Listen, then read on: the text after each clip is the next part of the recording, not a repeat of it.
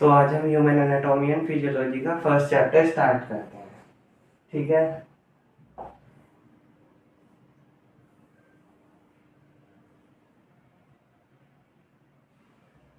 देखो, first chapter में सबसे पहले हमें एनाटॉमी और फिजियोलॉजी के बारे में पढ़ना होता है। एनाटॉमी क्या होती है? एनाटॉमी हमारी बॉडी का स्ट्रक्चर होता है, ठीक है। और फिजियोलॉजी क्या होती है? फिजियोलॉजी फंक्शन होता है। इसका मतलब ये होता है हमारी बॉडी में जितने भी स्ट्रक्चर होते हैं उनका फंक्शन, स्ट्रक्चर्स और उनके फंक्शन का रिलेशन ही एनाटॉमी और फिजियोलॉजी कहा जाता है। एनाटॉमी हमारे दो शब्दों से मिलकर बनता है। एना जिसका मतलब होता है अप, और डेमोस जिसका मतलब होता है टू कट। ठीक है। तो स्ट्रक्चर का पता चलता है हमें एनाटॉमी से। और जब हम बात करते हैं फिजियोलॉजी, फिजियोलॉजी हमारा दो शब्दों से मिलकर बना होता है, फिजिक्स एंड लोगोस। फिजिक्स का मतलब नेचर और लोगोस माने स्टडी। देखो, अब एनाटॉमी और फिजियोलॉजी होता क्या है। एनाटॉमी से हमें अपनी बॉडी की स्ट्रक्चर इंफॉर्मेशन मिलती है और फिजियोलॉजी से हमें फंक्शनल इंफॉर्मेशन मिलती है। जब हम एनाटॉमी और फिजियोलॉजी को कंबाइन करते हैं तो उस किसी भी बॉडी के स्ट्रक्चर का फंक्शन पता करना ही एनाटॉमी और फिजियोलॉजी कहलाता है। उसका नेचर क्या होगा, उसका स्ट्रक्चर कैसा होगा, उसका फंक्शन क्या होगा, उस स्ट्रक्चर का हमारी बॉडी पार्ट का फंक्शन क्या होगा, हमारी बॉडी पार्ट में वो स्ट्रक्चर किस तरीके से फंक्शन कर रहा होगा, वो हम पढ़ते हैं एनाटॉमी एंड फिजियोलॉजी में। ठीक है।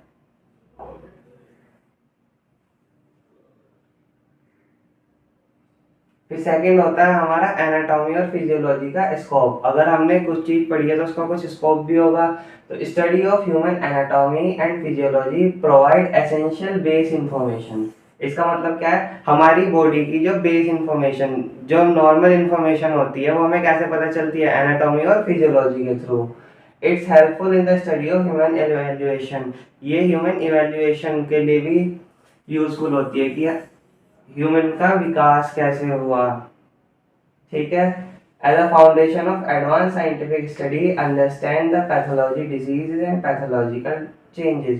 देखो, एनाटॉमी और फिजियोलॉजी से हमें बॉडी में डिजीज का पता चलता है, फिर हम उन्हें क्योर करते हैं।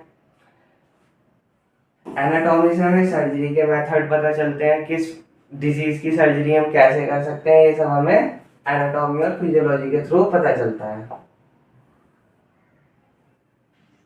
फिर आता है टर्मिनोलॉजी यूज्ड इन एनाटॉमी। देखो, कुछ टर्म होती है एनाटॉमी जिन्हें हम यूज करते हैं। पहली होती है डायरेक्शनल टर्म्स, फिर आते हैं सेक्शन प्लेन्स, और फिर आती है बॉडी कैविटी। डायरेक्शनल टर्म क्या होती है? डायरेक्शनल टर्म हमारी बॉडी में डायरेक्शन को डिनोट करती है। जैसे ये हमारी बॉडी हुई,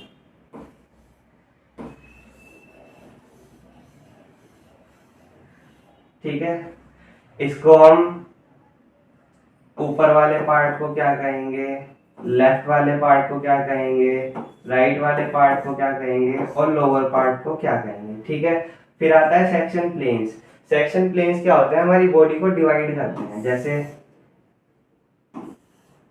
हॉरिजॉन्टल डिवाइड करेंगे, वर्टिकल डिवाइड करेंगे। ठीक है।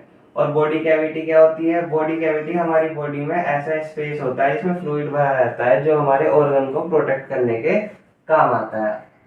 अब एक एक करके हम इन्हें डिटेल में करते हैं।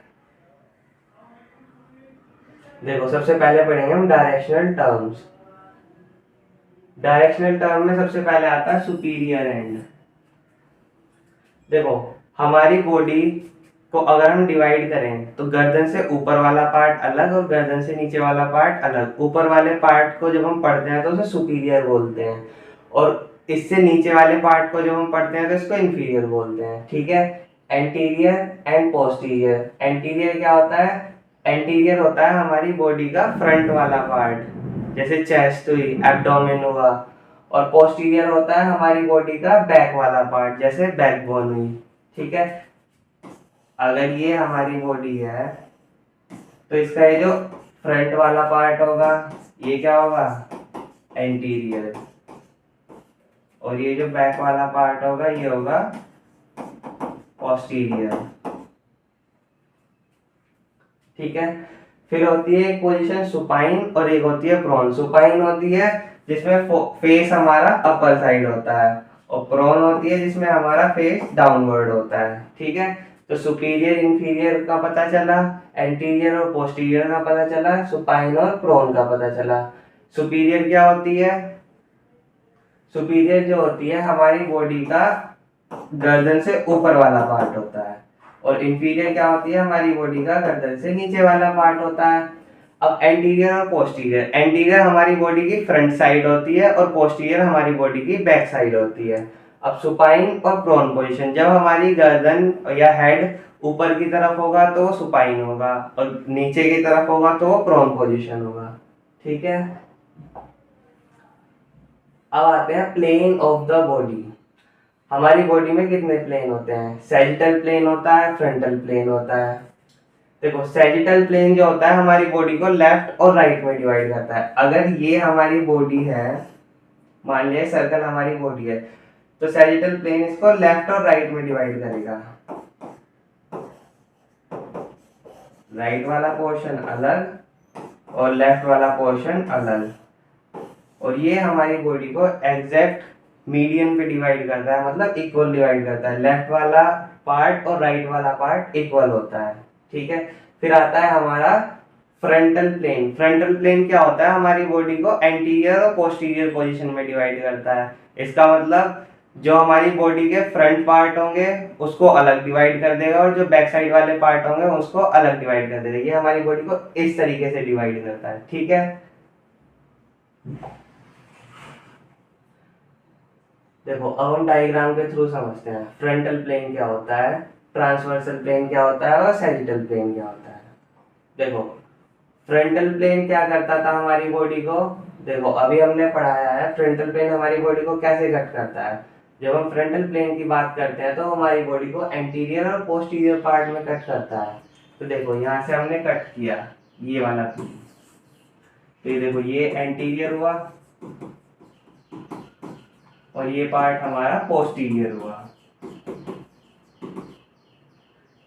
देखो चेस्ट अलग हो गई, एब्डोमेन अलग हो गया, और इधर हम पीछे से बात करें तो बैकबोन हमारी अलग हो गई। ठीक है, फ्रंटल प्लेन ऐसे होता है।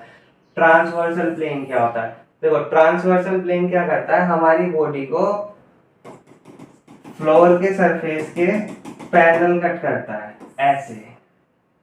तो ये अपर पार्ट को अलग कर देता है और लोअर पार्ट को अलग कर देता है, लेकिन अलग करता है एकदम इक्वल। और जब हम सैजिटल प्लेन की बात करते हैं तो ये हमारी बॉडी को लेफ्ट और राइट में कट करता है। ठीक है, इसको मैंने ऐसे कट किया, तो देखो ये वाला जो पार्ट होगा ये लेफ्ट होगा और ये वाला पार्ट हमारा राइट होगा। और एक बात याद रखने की और है, जितने भी ये प्लेन हमारी बॉडी को कट करते हैं ये सभी इक्वल पार्ट में कट करते हैं। तो देखो फ्रंटल में एंटीरियर और पोस्टीरियर पार्ट इक्वल होगा, ट्रांसवर्सल में अपर पार्ट और लोअर पार्ट इक्वल होगा, और सैजिटल प्लेन में लेफ्ट पार्ट और राइट पार्ट इक्वल होगा। ठीक है, फिर हमने सेकंड देखा था बॉडी कैविटी। बॉडी कैविटी क्या होती है? बॉडी कैविटी हमारी बॉडी में जो खाली स्पेस होता है उसमें एक फ्लूइड भरा होता है, जो क्या करता है हमारे ऑर्गन को डैमेज होने से प्रोटेक्ट करता है। वो इसको ही हम बॉडी कैविटी कहते हैं। बॉडी कैविटी हमारी दो तरीके की होती है, डोर्सल कैविटी और वेंट्रल कैविटी। अब डोर्सल कैविटी क्या होती है और वेंट्रल कैविटी क्या होती है, इसको पढ़ते हैं। देखो इस डायग्राम के थ्रू समझते हैं।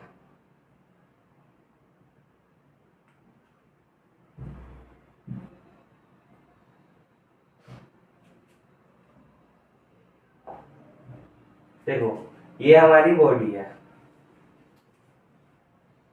ये हमारा एंटीरियर पार्ट हुआ,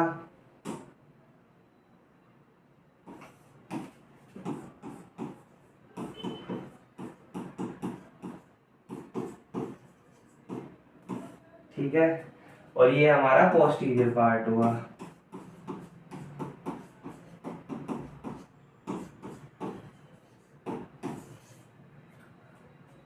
अब देखो जो हमारा एंटीरियर पार्ट होता है उसमें होती है वेंट्रल कैविटी, जैसे हम फ्रंटल कैविटी भी बोलते हैं, और जो हमारा बैक साइड वाला पार्ट होता है वहाँ होती है डोर्सल कैविटी। अब फ्रंटल या वेंट्रल कैविटी और डोर्सल कैविटी भी पार्ट्स में डिवाइड होती है। देखो फ्रंट में हमारे क्या होता है, सबसे पहले नाक होती है, तो इसको हम कहते हैं नाजल कैविटी। ठीक है। फिर आती है हमारी रिब केज, जिन्हें हम कहते हैं थोरासिक कैविटी। ये हमारे लंग्स और हार्ट को प्रोटेक्ट करती हैं। फिर होती है हमारी एब्डोमेन कैविटी। एब्डोमेन कैविटी का काम क्या होता है, ये हमारे डाइजेस्टिव सिस्टम को प्रोटेक्ट करती है, ठीक है। फिर होती है हमारी पेल्विक कैविटी, ये हमारे पेल्विक रीजन को प्रोटेक्ट करती है। और लास्ट में होती है एब्डोमिनो पेल्विक कैविटी, ये एब्डोमिनल कैविटी और पेल्विक कैविटी का कॉम्बिनेशन होता है, इसलिए इसको हम कहते हैं एब्डोपेल्विक कैविटी, ठीक है। तो जब हम बात करते हैं बैक साइड की डोर्सल कैविटी की, तो वहां पे आती है स्पाइनल कैविटी। स्पाइनल कैविटी का काम होता है हमारी स्पाइन को प्रोटेक्ट करके रखना, ठीक है।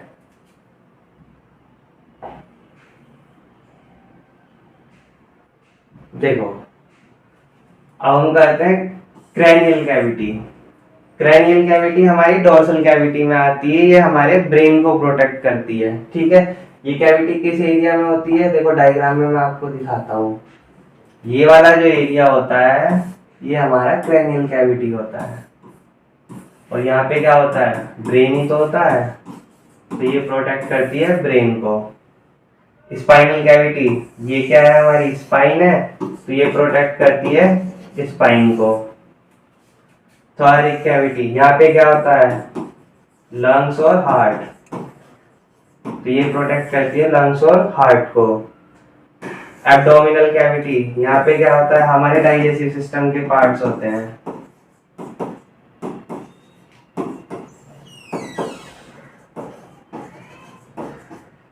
तो एब्डोमिनल कैविटी हमारे डाइजेस्टिव सिस्टम के पार्ट्स को प्रोटेक्ट करती है। और जब हम पेल्विक कैविटी और एब्डोमिनल कैविटी को मिला देते हैं तो मिलके बनती है एब्डोमिनो पेल्विक कैविटी, ठीक है।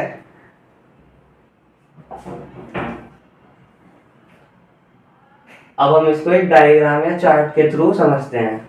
देखो डोर्सल कैविटी और वेंट्रल कैविटी। डोर्सल कैविटी में क्रैनियल कैविटी, क्रैनियल कैविटी किसको प्रोटेक्ट करती है, ब्रेन को। वर्टिब्रा कैविटी, ये किसको प्रोटेक्ट करती है, स्पाइनल कॉर्ड को। फिर आते हैं थोरैसिक कैविटी, ये किसको प्रोटेक्ट करती है, हार्ट को और लंग्स को। एब्डोमिनो पेल्विक कैविटी, देखो एब्डोमिनो पेल्विक कैविटी में से एक एब्डोमिनल कैविटी अलग कर ली और पेल्विक कैविटी अलग कर ली। एब्डोमिनल कैविटी प्रोटेक्ट करती है डाइजेस्टिव ऑर्गन्स को, स्प्लीन को और किडनीज को।